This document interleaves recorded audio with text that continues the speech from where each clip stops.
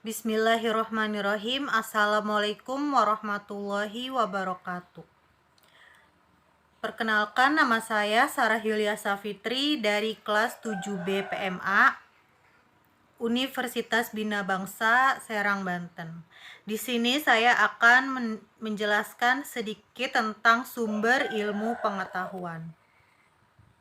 Apa itu sumber ilmu pengetahuan? Menurut Kamus Besar Bahasa Indonesia, sumber artinya asal. Nah, yang berarti dari mana ilmu pengetahuan itu berasal. Bisa jadi dari pikiran atau dari pengalaman. Nah, yang pertama adalah rasionalisme. Rasio itu adalah berpikir. Oleh karena itu, berpikir inilah yang kemudian membentuk pengetahuan. Manusia yang berpikirlah yang akan memperoleh pengetahuan. Semakin banyak manusia itu berpikir, maka semakin banyak pula pengetahuan yang didapat. Yang kedua yaitu empirisme. Secara epistemologi, istilah empirisme berasal dari kata Yunani, yaitu empiria yang artinya pengalaman. Nah, sumber ilmu pengetahuan ini juga bisa bersumber dari pengalaman yang sering kita alami sehari-hari. Apabila seseorang melakukan atau belajar sesuatu dan dia berbuat atau melakukan kesalahan, biasanya dia akan mencari tahu bagaimana caranya agar dia tidak melakukan kesalahan yang sama di kemudian hari. Nah, itulah yang disebut belajar dari pengalaman. Kemudian pengalaman juga terdiri dari beberapa, yaitu yang pertama adalah pengalaman indrawi atau sense experience, yaitu ilmu pengetahuan yang diperoleh dari pengalaman manusia dalam kehidupan nyata yang berhubungan dengan pemanfaatan alat indera manusia. Ilmu pengetahuan yang berdasarkan pada fakta-fakta indrawi manusia. Yang kedua ada penalaran atau reasoning, yaitu ilmu pengetahuan yang diperoleh melalui proses penalaran manusia menggunakan akal. Penalaran bekerja dengan cara mempertentangkan pernyataan yang ada dengan pernyataan baru. Jadi penalaran ini berdasarkan akal.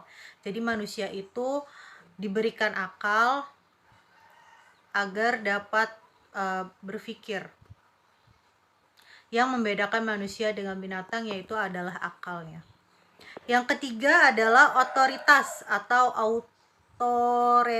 authority, yaitu ilmu pengetahuan yang lahir dari sebuah kewibawaan, kekuasaan yang diakui oleh anggota kelompoknya. Ilmu pengetahuan yang berhubungan dengan kebenarannya. Ini tidak perlu diuji lagi. Kemudian yang selanjutnya adalah intuisi atau intuition, yaitu ilmu pengetahuan yang lahir dari sebuah perenungan manusia yang memiliki kemampuan khusus yang berhubungan dengan kejiwaan. Jadi intuisi ini berasal dari jiwa atau dari hati manusia.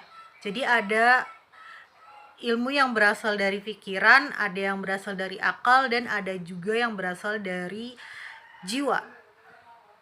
Yang selanjutnya adalah wahyu atau revelation, yaitu ilmu pengetahuan yang bersumber dari wahyu ilahi melalui para nabi dan utusannya demi kepentingan umat. Dasar penerimaan kebenarannya adalah kepercayaan terhadap sumber wahyu itu sendiri. Jadi ini wahyu datangnya dari Allah Subhanahu wa Ta'ala. Jadi kita tuh butuh sumber ilmu yang berasal dari wahyu. Terus yang selanjutnya adalah keyakinan atau faith, ilmu pengetahuan yang bersumber dari sebuah keyakinan yang kuat. Nah, jika kita mencari ilmu, maka kita membutuhkan keyakinan yang kuat dari dalam diri kita, agar ilmu yang kita dapatkan itu bisa terserap oleh otak kita gitu. Jadi apabila keyakinan kita kuat, maka ilmu juga akan mudah menyerap pada diri kita. Yang selanjutnya ada filsafat, ada hubungan antara filsafat, agama, dan budaya. Yang pertama ada filsafat dan agama. Apabila dilihat melalui sudut pandang Islam, maka hubungan antara filsafat dan agama yaitu sangat erat hubungannya. Di dalam Al-Quran mengatakan bahwa sarana yang digunakan dalam mempelajari objek, yakni akal dan objek yang diperintahkan untuk dipelajari, yaitu yang bersifat realitas secara menyeluruh. Ayat-ayat yang menerangkan itu diantaranya, maka berfikirlah wahai orang-orang yang berakal dan berbudi. Di sini dapat kita katakan bahwa Al-Quran memandang positif hubungan antara filsafat dan agama. Kemudian yang selanjutnya ada filsafat dan budaya. Kebudayaan adalah suatu sikap batin, sifat dari jiwa manusia, yaitu usaha untuk mempertahankan hakikat dan kebebasannya secara makhluk hidup yang membuat hidup ini lebih indah dan mulia. Hal tersebut membutuhkan filosofis dan ilmiah, berbagai sifat normatif dan pedoman pelaksanaannya.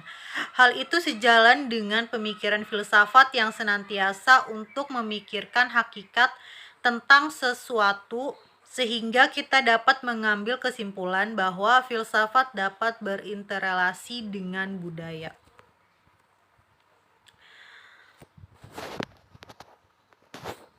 Terima kasih atas perhatiannya. Kurang dan lebihnya saya mohon maaf. Wassalamualaikum warahmatullahi wabarakatuh.